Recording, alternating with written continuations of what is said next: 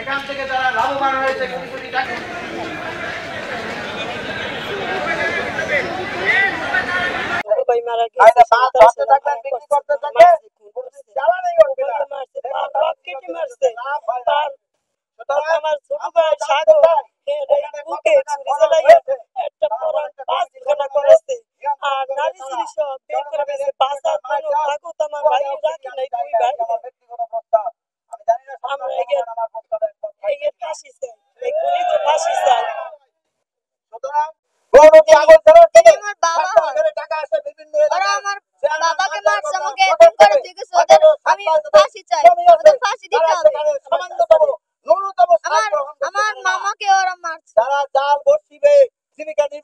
সঠিক বিচার ফাঁসি চাই খুনিদের।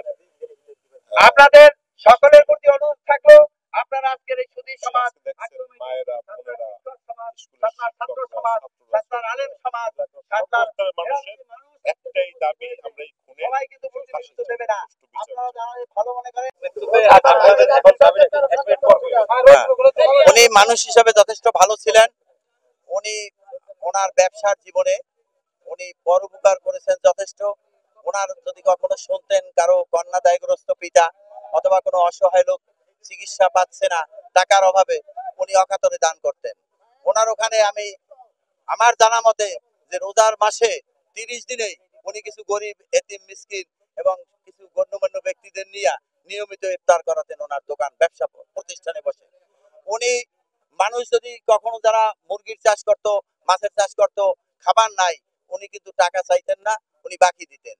উনি মানুষের সাথে ঝগড়া করেছেন, খারাপ ভাষায় গালিগালাজ করছেন, এরকম কোনো প্রমাণ সাতলাই নয় আমার মনে হয়, আমার মতে জানা নাই। এবং এখানে যারা উপস্থিত জনতা আছে হাজার হাজার, কেউ বলতে পারবে না। একজন সদালাপী, একজন ভালো মানুষ হিসাবে, এই বাজারের একজন বিশিষ্ট ব্যবসায়ী হিসাবে তার এই মৃত্যুতে আমরা গভীর শোক জানাচ্ছি। আমার নাম ফারুক বিশ্বাস।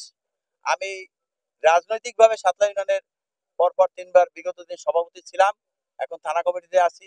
তবে এখন আমি সাতলাই ইউনিয়নের সুধী সমাজ, নিরপেক্ষ যে লোকজন তাদের সঙ্গে কাজ করতে চাই। সামাজিক এবং বিভিন্ন প্রতিষ্ঠানের যেখানে সেবামূলক কার্যক্রম হয় সেসব জায়গায় আমি সময় বেশি দেই।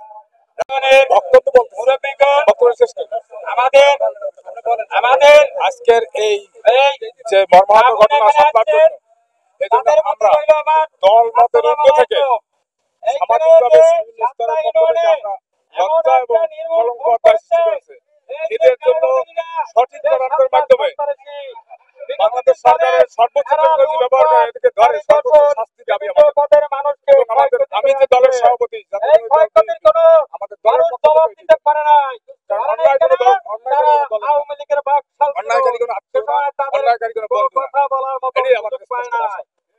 প্রিয় নাম্বার সেট করে বিকাশে সেন্ড মানি করুন ফ্রি।